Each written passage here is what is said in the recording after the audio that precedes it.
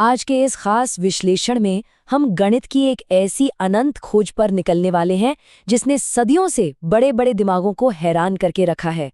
सोचिए, एक ऐसी संख्या जो हर जगह मौजूद है पर जिसे पूरी तरह से पकड़ना नामुमकिन सा लगता है।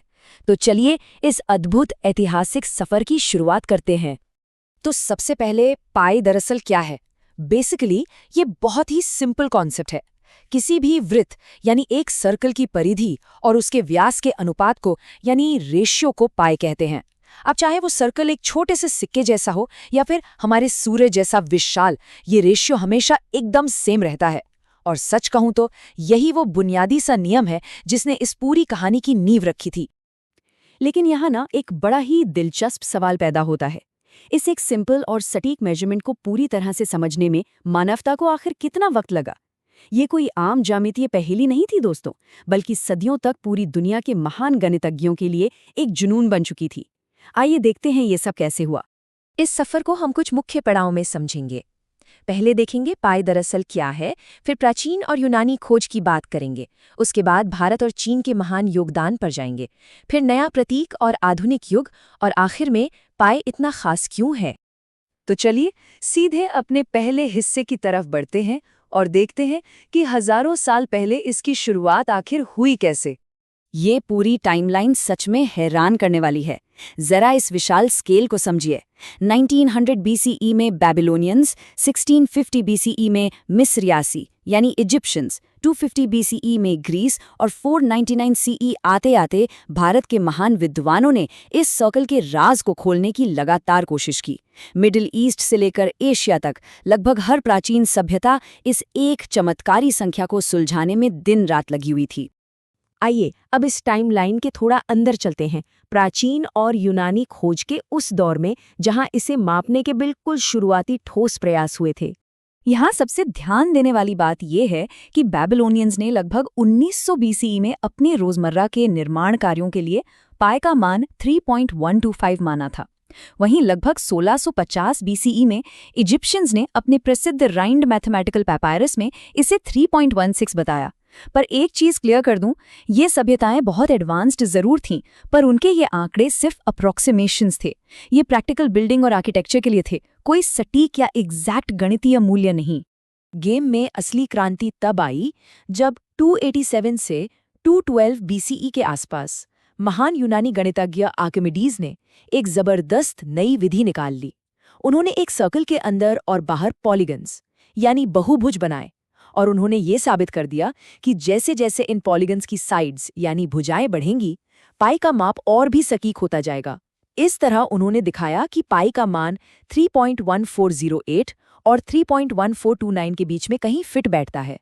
सोचिए, हजारों साल पहले यही वो आइडिया था जिसने आगे चलकर कैलकुलस की बुनियाद रखी। यूनानी गणित को समझने के बाद अब हमारा सफर पूर्व दिशा यानी एशिया की तरफ मुड़ता है। यहाँ मैथमेटिक्स ने जो सटीकता हासिल की वो एकदम बेजोड़ थी। यहाँ आकर तो भारतीय और चीनी गणितज्ञों का अलग ही जादू देखने को मिलता है। 499 सीई में महान आर्यभट्टा ने पाई का मान 3.1416 बताया, जो उस वक्त तक का सबसे सटीक मान था। फिर भारत में ही माधवा ने यूरोप से कई पहले पाई के लिए अनंत श्रृंखला यानी इन्फिनिट सीरीज डेवलप कर ली थी, और दूसरी तरफ चीन में ज़ूग चोंगजी ने लगभग 500 एडी में पाई को 3.141596 तक कैलकुलेट कर लिया था। सच बता रही हूँ, सदियों तक दुनिया की और कोई सभ्यता इस लेवल की एक्यूरेसी के आसपास भी नहीं भटक पाई थी। ये योगदान सच में माइंड ब्लोइंग है। इस लंबे ऐतिहासिक सफर से आगे बढ़ते हुए चलिए सीधा 1700 के शतक में चलते हैं। ये एक ऐसा टर्निंग पॉइंट था जहां इस एब्स्ट्रैक्ट कॉन्सेप्ट को आखिरकार अपनी वो विश्व प्रसिद्ध पहचान मिल ही गई। ये जो पाई का छोटा सा सिंबल हम सब ठीक से पहचानते हैं ना, इसकी कहानी यहीं से शुरू होती है।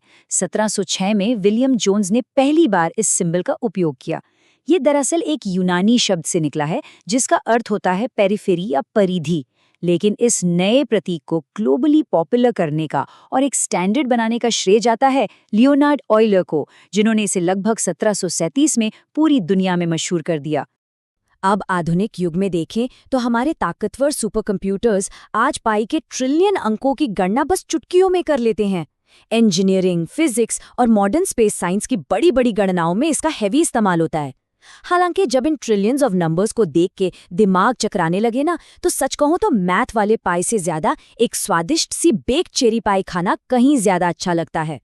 खैर, मजाक अपनी जगह, पर इन कंप्यूटर्स ने हमें पाई की इस अनंत गहराइयों में उतरने की जो शक्ति दी है वो वाकई बेमिसाल है। लेकिन यहाँ एक ऐसी फैक्ट है जो किसी का भी दिमाग हिलाकर रख दे। हमने सुपर कंप्यूटर्स लगाकर ट्रिलियन डिजिट्स तो निकाल लिए, पर क्या कभी सोचा है कि प्रैक्टिकली कितने डिजिट्स की जरूरत होती है?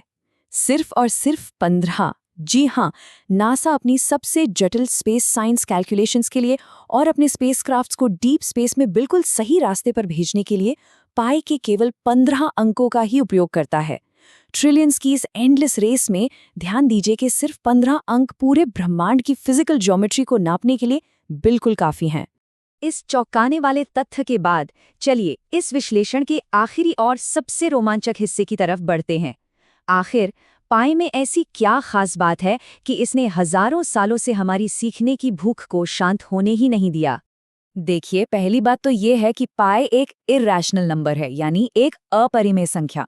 इसका सिंपली मतलब ये है कि इसके दशमलव के अंक यानी डेसिमल्स अनंत तक चलते रहते हैं और कभी भी रिपीट नहीं होते।